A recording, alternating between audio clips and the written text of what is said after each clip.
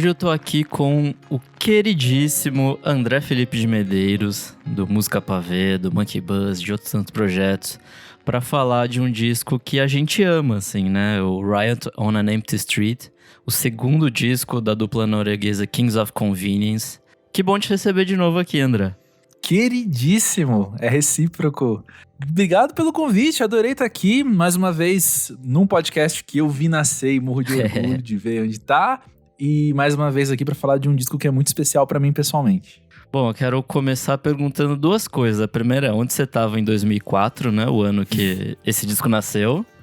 Tá. E também qual a sua conexão com esse disco, que eu sei que é grande. Perfeito. 2004 eu tinha 19 anos, foi o primeiro ano da faculdade. E eu lembro que foi um ano muito agitado pelos motivos mais óbvios possíveis, assim, né? Foi um ano de conhecer muita gente, de fazer muitas amizades, de ter que repensar muita coisa, de sentir, de pensar, de viver. Enfim, acho que tudo o que é próprio, tanto de primeiro ano de faculdade, quanto é próprio de ter 19 anos, né? E a minha conexão com o disco, aí vale eu dizer que eu não ouvi o disco em 2004, eu ouvi o disco em 2007. Eu acho que eu também não ouvi em 2004, pra mim foi mais tardio, assim. Pois é, e eu tenho pra mim muito claro, talvez 2006, vai, mas assim, eu tenho muito claro que foi o Last FM que me mandou Kings of Convenience. Sim, por favor, sim. Não é? E foi imediato, assim. Eu lembro que foi, na verdade, a primeira música que eu ouvi foi Parallel Lines, que é do disco anterior, mas não lembro o que eu usava pra baixar música naquela época, não lembro mais o nome dos softwares daquela época, mas eu fiz meu melhor pra, de fato, baixar toda a discografia da banda, que no caso eram 2 discos na época, né? E eu vi, assim, mergulhei, eram, assim, as minhas músicas, estavam falando sobre mim e me identifiquei demais com todas as músicas. E então eu vou dizer, assim, que minha conexão com o disco é muito forte e acho que vale mencionar também, assim, que a minha conexão com as músicas hoje talvez seja um pouco menos viscerais enquanto significado delas, sabe? Eu acho que elas cantam coisas que eu já passei, mas que eu não necessariamente passo, tirando uma outra que eu quero até pontuar na hora, spoilers. Mas assim, quando eu ouço o disco hoje, além de ser músicas que eu gosto, é um retrato muito forte meu daquela época, assim, sabe? De eu ter 20 e poucos anos. Nossa, pra mim é muito o retrato do jovem cansado, sabe? Tipo, meio cansado da vida, eu com 20 e poucos anos. Cansado de tudo. E aí, tipo, eu acho que eu fui um jovem cansado, acho que eu fui um pós-jovem, né? Já que a gente criou esse projeto aí, menos cansado do que eu fui um jovem cansado. Mas é isso, assim, ele de fato relata e trata de algumas situações que é muito, tipo, eu me via também nessas músicas, assim. Acho que algumas delas são bem mais diretas, outras são mais abertas a você entender de algum jeito ou de outro. Mas eu acho muito legal isso de... É isso, assim, de fato de retratar uma intenção e uma juventude que já nasce meio de saco cheio, assim, pra mim. Tem muito essa coisa de... Hoje em dia, assim, principalmente... Cara, fazia, sei lá, uns 5, 6 anos que eu não ouvia esse disco. E eu fui ouvir e me passou muito essa impressão de, tipo... Cara, que bosta a vida, mas ao mesmo tempo tem coisas legais. Vou me divertir aqui como dá, sabe? Vou viver como dá. Eu não sei se você também se relaciona dessa forma. Sim, eu concordo muito contigo. E tem uma coisa aí também, eu não sei se eu tô atropelando também o nosso papo quando eu trago isso, mas me chamou muita atenção quando eu fiquei pensando sobre essas letras, o quanto elas acabam sendo atemporais, porque eu acho que muitas delas traduzem muito bem o que é ser jovem hoje também. Sim. Sabe? Principalmente quando a gente pensa em relações líquidas, quando a gente pensa em relacionamentos de aplicativo. Talvez faça mais sentido até hoje em dia, não é? Exatamente. Elas foram criadas num outro contexto, as coisas que o Eric estava vivendo eram outras, e a gente pode afirmar isso com propriedade, porque em 2004, 2003, quando ele escreveu as músicas, né, sei lá, 2002, não existiam aplicativos de relacionamento no celular, porque os celulares eram outros, né, mas enfim. Não, mal existia Orkut na época, né, tipo... Exatamente. É um disco pré-MySpace. E aí... Então, assim, de fato ele escreveu dentro de um certo contexto, que hoje a gente pode se reapropriar, né? A gente pode ressignificar essas músicas com um grau de identificação muito alto, assim. Pô, mas vamos voltar aqui rapidinho um pouco pra história da banda, né? Esse é o segundo disco deles. Eles lançaram o primeiro em 2001, que é o Quite the New Loud, que é um disco maravilhoso, por sinal.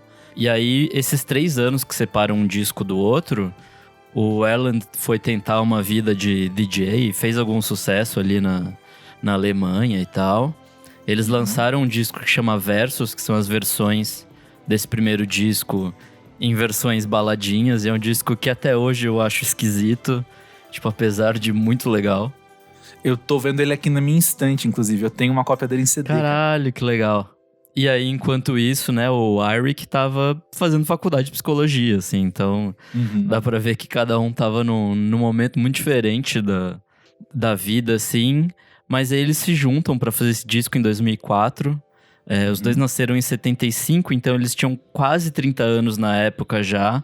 Então, eu acho que faz sentido esse olhar de juventude cansada, porque eles já estavam, tipo, sei lá, no final da juventude, né? Pós-jovens, exato. Olhando ali, contemplando o novo momento. E aí é legal, assim, porque, tipo, apesar de, né, eles só fazerem um disco, de fato, em 2001, eles conheciam desde sempre, assim, eles foram amigos de escola, eles fizeram um projeto de rap na escola, zoando algum professor. Aí, quando eles tinham 16, eles também fizeram uma banda que chama Skog. Eu não sei se você já teve a curiosidade de ouvir. Eu acho que não. Acho que nunca fui atrás. Você ouviu? Não, também não. Eu tô mais curioso pro eles cantando rap na escola. Eu acho que deve ser mais divertido. Possivelmente a gente não vai ter o registro disso, apesar das escolas norueguesas, né? Eu espero que tenham registrado isso, mas acho que não foi. Mas enfim, eles chegaram e fizeram esse disco, né? Depois de um disco que fez bastante sucesso por o que a banda se propunha na época, né? O que você acha, assim, que é a principal diferença entre esses dois discos? Eu acho que a principal diferença... Eles têm muitas semelhanças, né? Na verdade, eu acho que Kings of Convenience... Eu lembro uma vez de ouvir o Erland falar isso em algum momento, assim... Que o Kings of Convenience é um projeto muito pessoal do Eirik, né? E o Erland tá ali junto, enquanto companheiro, enquanto uma segunda voz, um segundo violão... um projeto que é muito dos duetos, assim, né? Os duetos de instrumentos, os duetos de vozes. E então a discografia toda da banda, né? Os 4 álbuns, eles têm muitas coisas em comum, sabe? Sejam os títulos engraçadinhos dicotômicos, seja o violão sendo a base de praticamente tudo que eles fazem, seja uma predileção por timbres acústicos muito forte. Na verdade, eu acho que eu devia ter anotado isso, mas eu acho que são 2 músicas com guitarra elétrica que tem nesse disco. São pouquíssimas, assim, ela aparece muito fugazmente, assim. Uma descriçãozinha, exatamente. Então, assim, são discos muito acústicos. O baixo é muito bonito, o baixo acústico nesse disco, inclusive. Sempre me chama mais atenção, enquanto timbre. E eu acho, então, que eles têm muita coisa em comum. O que eles vão ter de mais diferente é uma estrutura narrativa que esse álbum tem, que ele concentra, de fato, ali no meio dele, umas músicas com mais cara de banda e menos cara de, olha a gente aqui tocando um violão, né? Sim, eu acho muito isso, assim. Eu acho que também, durante esses 3 anos que separam um disco de outro, eles tentaram fazer alguma coisa diferente, assim. No fim, eu acho que existe uma pirracinha nesse disco, uma pirracinha no bom sentido, de falar, vocês acham que a gente faz só voz e violão? Não, a gente tem aqui, tipo, piano, baixo, guitarra, banjo, metal, tem, tipo, de tudo. Sim, então, sabe, eu acho que existe essa coisa de falar, tipo, agora vamos mirar mais alto, vamos fazer alguma coisa maior e mais forte. E também uma coisa, acho que, de fugir das comparações, assim. Acho que o primeiro disco, principalmente, era muito martelado. Tipo, ai meu Deus, parece muito o Simon Garfunkel. Ah, meu Deus, parece muito o Nick Drake. Sabe, tipo, nesses acho que eles tentam se distanciar e não como um negócio, tipo, não quero nunca mais ser comparado a essas pessoas. Porque, né, as pessoas são brilhantes e fizeram coisas ótimas. Mas eu acho que tem isso, assim. Acho que eles partem pra coisas diferentes pra tentar soar mais como eles mesmos, assim. Lindo isso que você falou, cara. Eu acho muito legal mesmo, assim, quando... Tem uma coisinha narrativa que eu vejo nesse disco, quando a gente ouve do começo ao fim. Eu não acho que as letras estão contando uma história, começo, meio e fim. Eu acho que as letras estão ali acho contando que são mais crônicas, juntas, né? Tipo... São então coisinhas elas separadas. relatam um período, ali, né? Elas relatam um período, talvez, uma coisa assim. Mas embora o eu lírico seja claramente o mesmo em todas as músicas, né? Mas ela tem uma questão ali de quando você tá ouvindo na ordem, que em Know-How, no fim de Know-How, entra a bateria, e ela é a primeira vez que aparece no disco, e aí as próximas músicas ali tem bateria também. Uhum. E Know-How mesmo, assim, é uma música que ela tem um olhar quase de flerte, assim, né? Como tem a voz da Feist também, você ouve quase que os dois lados de um relacionamento, que é uma pessoa falando pra outra, tá tudo bem, a gente pode ficar junto e vai ser legal. Relaxa, vai dar tudo certo. E aí quando a pessoa relaxa, entra a bateria, sabe? Aquilo vira outra coisa. E eu acho que tem uma função narrativa dentro da faixa, né?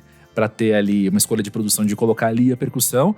E, de novo, uma percussão que então começa a acompanhar o disco nas próximas faixas. Mas eu repito aqui, eu não acho que então elas estão contando uma só história, que a partir dali então, agora, tá rolando esse relacionamento. Eu acho que não. Acho que todo mundo pode discordar e eu queria ouvir isso do Eirik um dia também, mas enfim.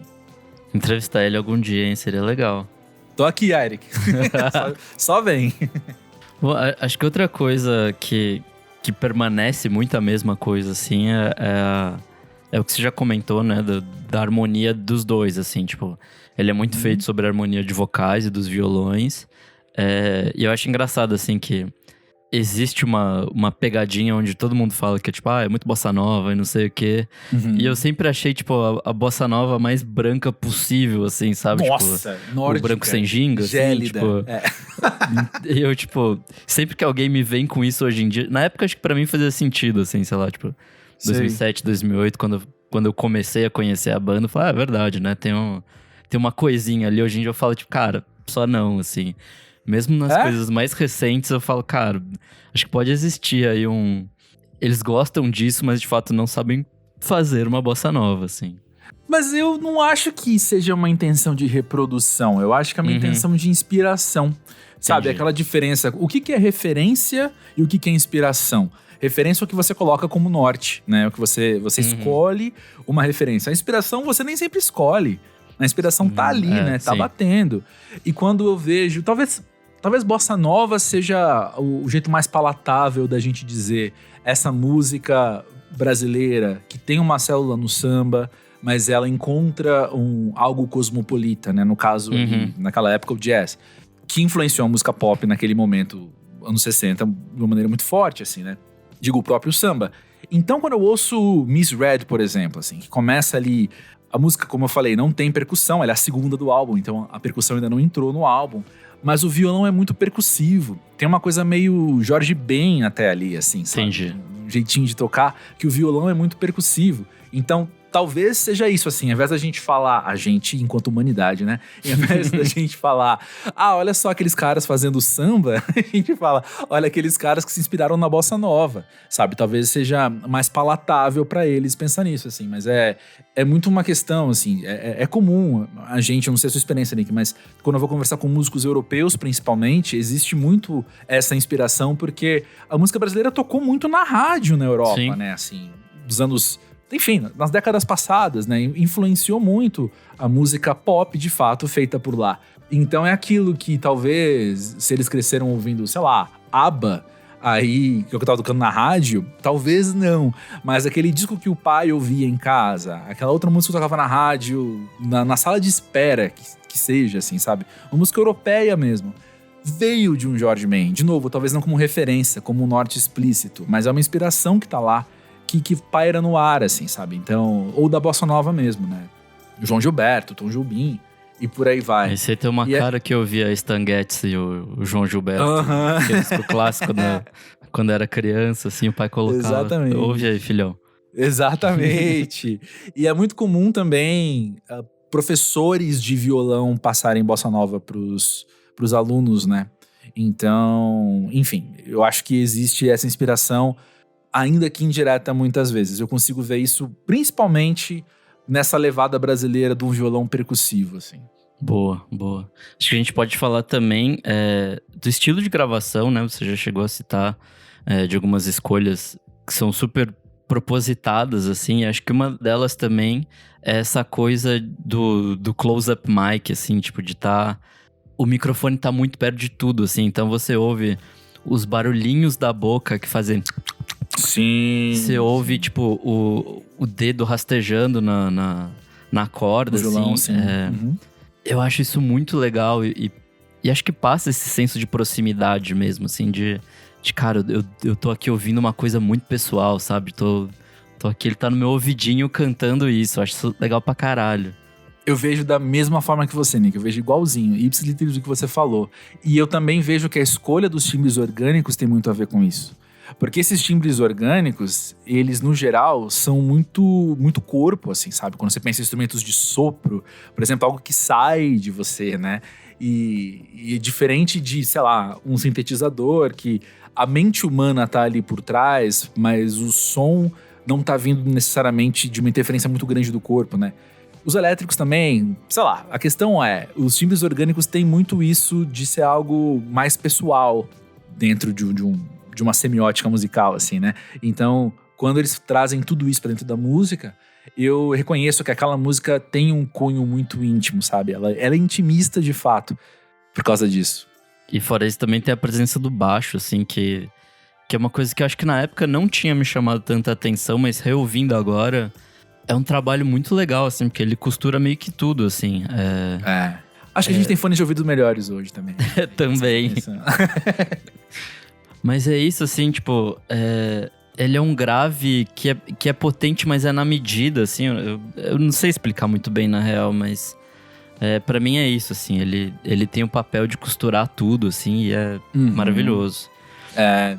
Eu acho que tem a ver, assim, com... Se a gente pensa, por exemplo, numa música dita folk, que é um termo que, assim como todas as classificações de música, a gente pode debater, né? O baixo costuma ser muito mais discreto. E nesse ele tem uma presença demarcada, ainda que ele nunca roube a cena, sabe? A base segue sendo o violão, e quando não é o violão, o piano tá ali brilhando em primeiro plano também.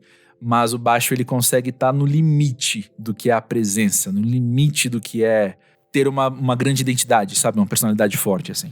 Talvez seja também pelo fato de não ter bateria, então ele assume o papel da cozinha toda só pra ele, assim, e fala, tipo, deixa aqui, vamos conduzir, sabe? Tipo, deixa o ritmo comigo. Não, pois é. Inclusive, Miss Red tem uma hora...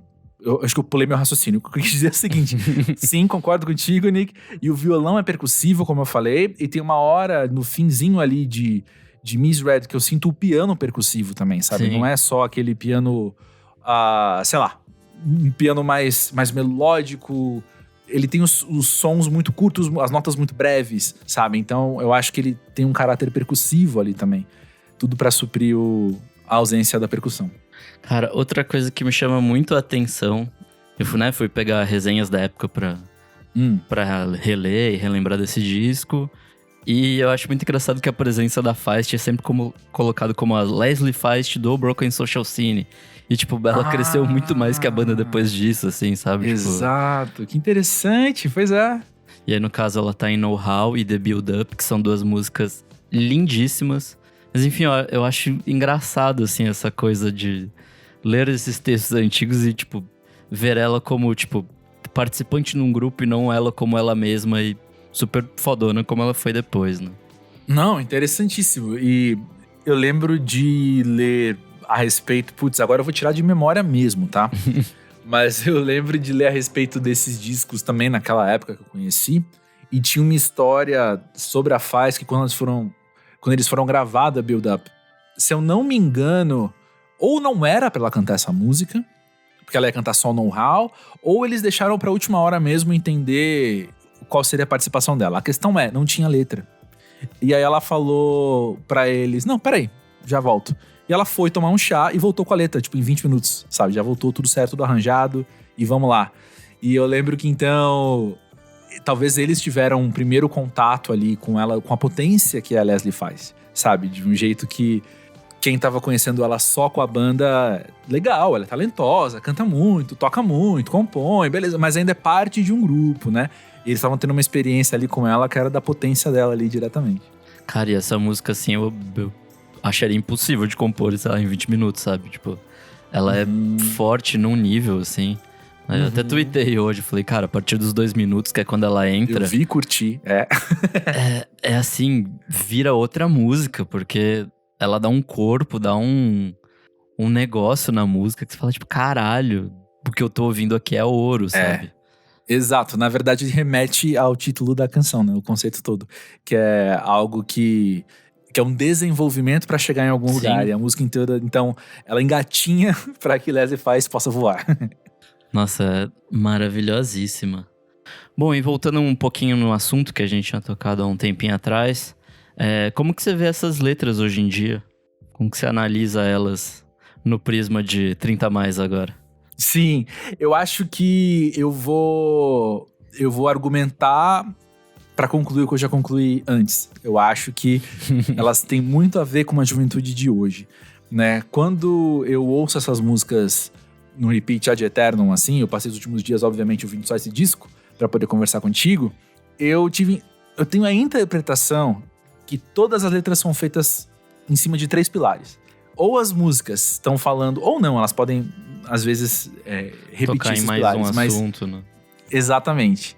Elas trazem muito uma questão evasiva, que é uma vontade de ir para outro lugar, que é a Sim. vontade de sair daqui. Falam muito de movimento, falam do barco, falam do trem, falam de ir para outro lugar. Então, elas têm muito isso do vamos sair daqui, sabe? Vamos fugir desse lugar, baby, sabe?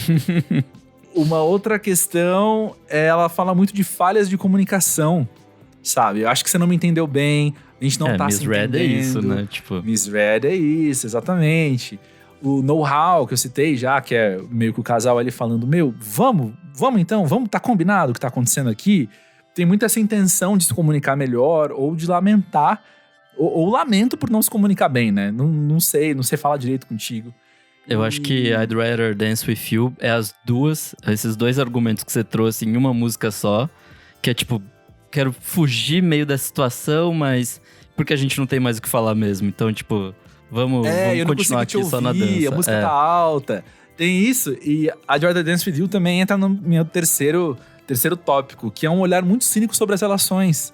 Sim, sabe? É um olhar frustrado, cínico. Então, essa música é basicamente o casal ali na festa e o cara tá falando, não vamos conversar não, porque não vai adiantar, sabe? Eu não sou um cara interessante, eu não sou um cara legal, mas se eu dançar, eu vou te fazer rir, aí você vai gostar de mim.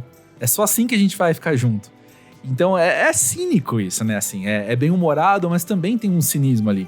E é mais cínico ainda, porque ao longo do disco tem esse olhar atravessado, sabe? Misread falando, acho que a gente não é tão amigo quanto você imagina, ou o Sorry or Please, por exemplo, que é uma música justamente disso, assim, dentro da relação, eles falando, caramba, eu não consigo entender os seus sinais, você não consegue ser sincera comigo, eu não consigo entender os seus sinais.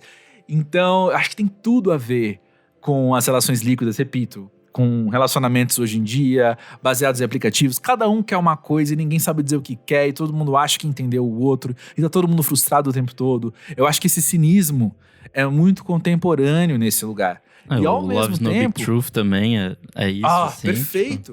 Perfeito. A música inteira falando, não, amor não existe. Mas é mais cínico ainda, porque 3 músicas depois, ele tá de Love Is No Big Truth, ele tá cantando Surprise Eyes, que é tipo, nossa, quando o amor vem, ele vem de repente, sabe? É muito cínico porque ele tá falando, não acredito no amor, não sei me relacionar, é impossível estar com alguém, ao mesmo tempo que tá o tempo todo querendo muito isso e indo atrás disso, assim. Então, eu acho que esse cinismo, de novo, ele parte muitas vezes de um lugar meio irônico, meio bem-humorado, quase sarcástico, assim, mas eu acho que é muito uma capa protetora, assim, sabe? Um escudo de defesa, de falar, eu não quero... dói muito ser vulnerável, cara. E o primeiro disco é muito vulnerável, sabe? Voltando à pergunta que você me trouxe das diferenças dos dois, assim, sabe? O primeiro disco começa com Winning a Battle, Losing the War, que é uma das melodias mais bonitas, uma das harmonias mais bonitas que existem, ponto. Mas é justamente isso, assim, cara, como dói você gostar tanto de alguém. Como dói você gostar muito e não saber nem o que fazer com isso, assim. O primeiro disco tem muito disso, tem muito essa atitude que ela é fatalista quase, sabe? Tipo, cara, o que eu vou fazer agora? Eu tô aqui apaixonado e ferrou, né? E aí, esse segundo disco eu acho que é uma resposta emocional também de um lugar de defesa, assim, de tipo, já me ferrei bastante, agora mesmo quando eu ele fala de amizade, eu acho que é um pouco isso também, tipo de... Concordo. De de ser direto, mas ao mesmo tempo tentar ser engraçadinho, assim. Tem uma coisa até meio, sei lá, pré-hipster, sabe? Tipo de... Meu prazerzinho. E aí quando chega... E concordo contigo, Nick, mas perceba quanto é cínico, porque aí você tem Gold in the Air of Summer, por exemplo, que é uma ode à amizade muito legal, assim. Volta aquilo que você falou, assim, que tem músicas mais abstratas, outras mais diretas. Essa é super direta. É tipo, vou passar... Você não tá legal, eu vou passar na tua casa, vou te levar pra um lugar muito massa pra você relaxar. Só isso. E faz isso com muita beleza. Eu falei de uma maneira grosseira, né? Mas assim, a música é linda. A música é linda pra caramba. E eu acho que então o cinismo vem muito daí também, sabe? De, por um lado, ficar questionando a amizade, e por outro, se mostrar a si mesmo como um ótimo amigo, sabe? Mas eu acho que disso vem também a vivência. Eles estavam ali perto dos 30, né? De tipo... Cara, é uma coisa que a gente já falou muito no pós-jovem.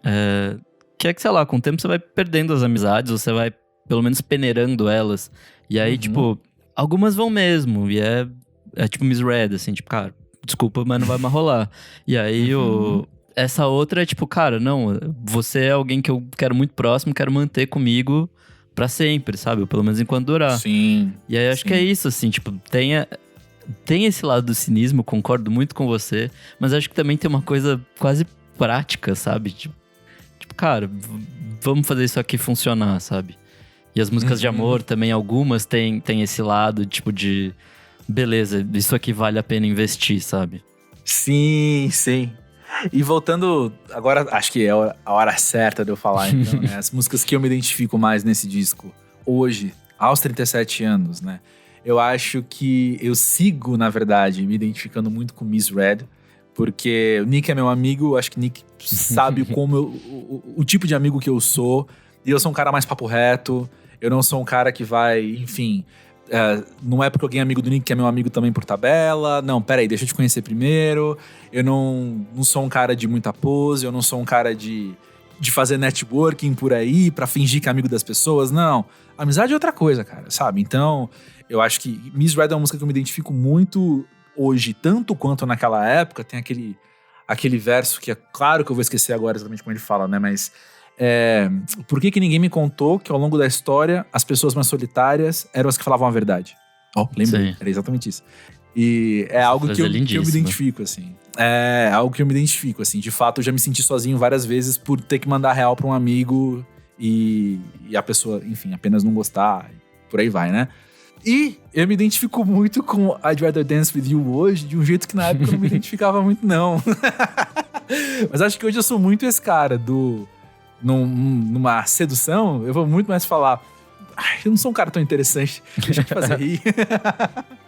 Que é mais garantido. Eu vou te dizer que talvez eu esteja nessa abordagem também, viu? Porque, nossa, uma que eu me identifiquei por muito tempo, principalmente quando eu morava aqui em São José, antes dos meus anos em São Paulo, foi Homesick, que na verdade não tem nada a ver com saudade, né? Mas tem a ver com, sei lá, o saco cheio que eu falei lá no começo, assim, tipo de...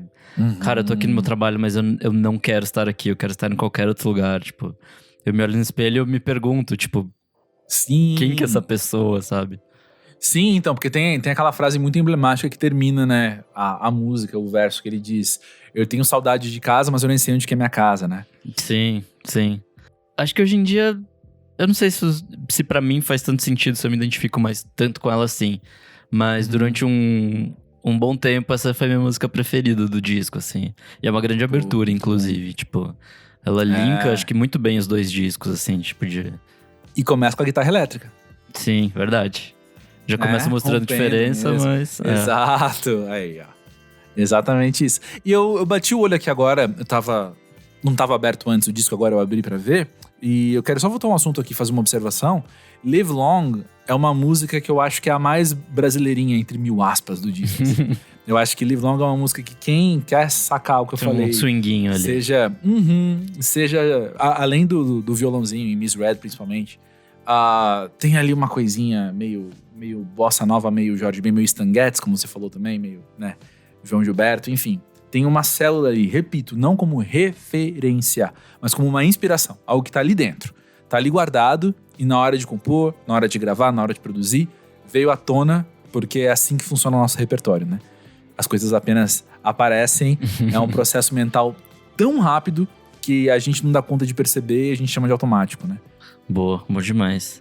E acho que pra gente, um pouco antes de finalizar aqui, eu fiquei muito curioso pra saber quem que era a mina da capa. Eu nunca tinha corrido atrás dessa informação. Eu vi várias coisas na internet, achei inclusive que era Liv Tyler, que não é, obviamente. E a mina chama Ina Grung, que é a esposa do Eirik. Eu achei isso bem legal, assim. E ela aparece também no primeiro. Exato. No primeiro disco. E eu, quando baixei a discografia, o que eu achei? Que era a Feist. Eu cheguei a pensar também que era. Eu falei, não, mas acho que talvez seja a mesma mina do primeiro. Aí depois fui conhecer a Feist e obviamente virei fã dela, né? Sou muito fã até hoje. Mas naquele primeiro momento ali em 2006, 2007 que eu falei assim, quando eu vi, eu já tinha ouvido, sei lá, Know How. E aí quando eu vi os 3 na capa, eu falei, olha aí a banda completa. E é engraçado que ela não tá nos outros dois, né? No de 2009 e de 2020? 19, sei lá? 21. Por que será, né? Enfim, fica aí a interpretação. Mas e antes de finalizar ainda, eu quero trazer um texto que você escreveu lá no Monkey Buzz, o Lições para a Vida Adulta com Kings of Convenience, texto de 2014. Que eu obviamente não lembro nem um pouco. Comemorando os 10 anos do disco. E é um texto muito legal. Eu fui ler hoje, né? Estava procurando material sobre isso. E é muito legal o texto, assim. Você fala algumas coisas que até a gente chegou a conversar aqui sobre de como, tipo, valorizar os amigos, o tom de ironia, né, que tem na poesia deles. Você não precisa saber o que fazer. Essa é uma dica legal. Às vezes amor é uma cilada. Enfim, você vai elencando um monte de coisa e citando as músicas. Eu achei muito legal. Vale a pena reler esse texto 8 anos depois. Pô, fiquei curioso. E digo também que eu estou em paz se eu me contradisse hoje, porque 8 anos é muita coisa, a gente muda a maneira com que a gente pensa. Com certeza. Então eu estou em paz com essa ideia. Se foi o caso, eu estou em paz. Boa. E agora, pra finalizar mesmo, quero que você dê uma nota pro disco e defenda seu TCC do porquê da nota. Claro. Quem tem que dar essa nota? O André Felipe de Medeiros ou o André Felipe tá aqui? Sabe? Não precisa ser o jornalista André Felipe, pode ser a pessoa André Felipe. Porque eu fico pensando que se esse disco caísse no meu colo hoje e eu não tivesse ouvido, primeiro que eu teria perdido muitos anos da minha vida, né? Mas eu acho que eu ia gostar demais dele, porque eu aprecio ele não enquanto nostalgia, eu aprecio ele enquanto música, né?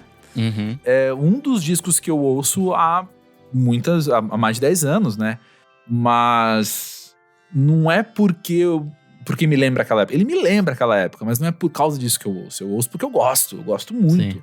E ele é muito bom. Eu acho que se o André Felipe Pessoa, o André Felipe carreira profissional, laboral, se eles forem conversar, eles vão concordar muito, na real. Eu te perguntei isso, mas agora que eu tô pensando que eu acho que, por todos os lados que eu olho, assim, é um disco muito interessante na gravação, na produção, as escolhas todas feitas. Elas são interessantes porque conversam com as letras, como eu falei lá no caso de Know How, assim, sabe? A hora que a pessoa relaxa, a música relaxa também, entra a bateria e tem uma levada ali, alguns segundos até ela terminar, fica mais gostoso de ouvir e tal, assim. Tudo isso é muito interessante. E tudo isso é muito gostoso de ouvir, assim, é um disco gostoso de ouvir. E é um disco que eu acho que vale a pena dizer isso também. Aquilo que você falou do baixo, Nick, que o baixo, que a gente conversou sobre o baixo, né, dele tá ali marcando presença, mas ao mesmo tempo ele ter o seu lugar, eu acho que é um disco que coloca o bom humor no mesmo lugar.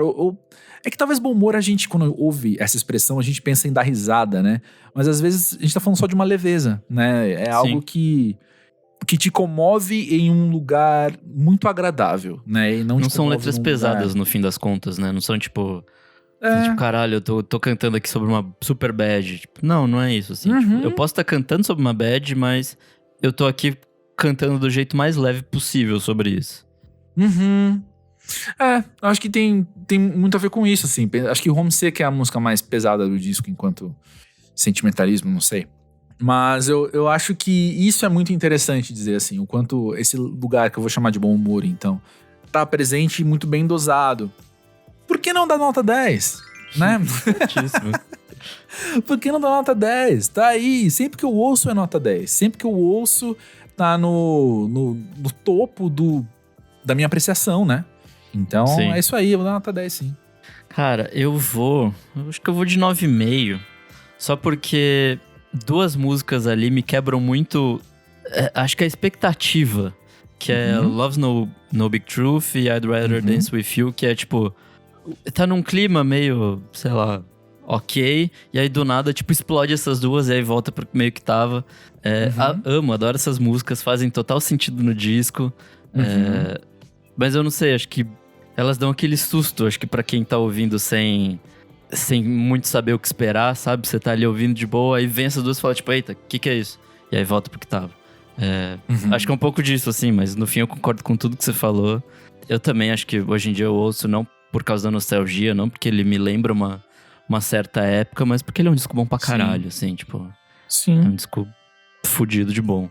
Exatamente. Tem uma coisa que eu acho engraçado também, bobagem, tá? Mas eu acho engraçado, assim, pensar que esse repertório, do começo ao fim, a ordem das músicas, né? Ela é o oposto de muitos dos shows que eu vejo, assim.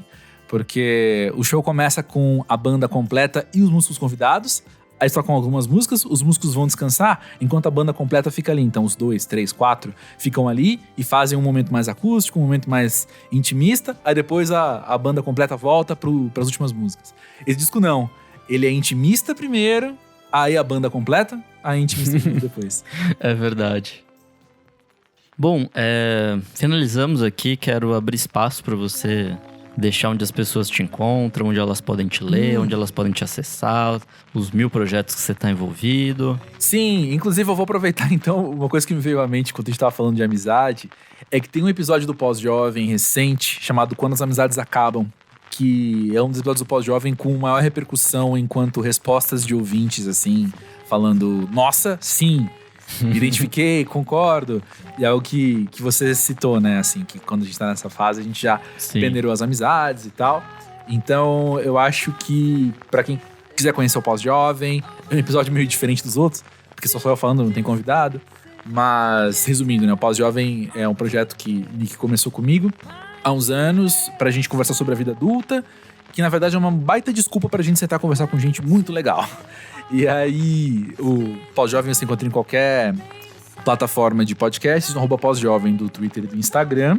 Aí tem esse episódio recente, 149, do Pós-Jovem, que é Quando as Amizades Acabam. As pessoas, bom, me encontram no @AndréFelipeZ no fim. André Felipe Z. Mas eu acho muito mais interessante seguir @Pós-Jovem, @Música-Pavê, @MonkeyBus. Eu acho que são projetos que são muito mais interessantes do que eu. Então, enfim, fiquem à vontade. Bom, e é isso. Quero te agradecer demais pela participação de novo aqui, conversando comigo sobre um disco que a gente ama e que fez parte da nossa vida. Então, muito obrigado mesmo. Eu que agradeço mesmo. Pô, é sempre bom achar desculpa pra conversar com meu amigo Nick. Sempre bom achar desculpa pra ficar falando de Kings of Convenience. Então é isso. É o agradável ou agradável. O Clássicos VFSM é um projeto paralelo do podcast Vamos Falar Sobre Música. Para ter acesso a esse e outros programas lançados com muita antecedência, apoie a gente em padrim.com.br/podcast VFSM e tenha também acesso ao nosso grupo fechado para assinantes. Eu sou @Nick_Silva e até a próxima. When to get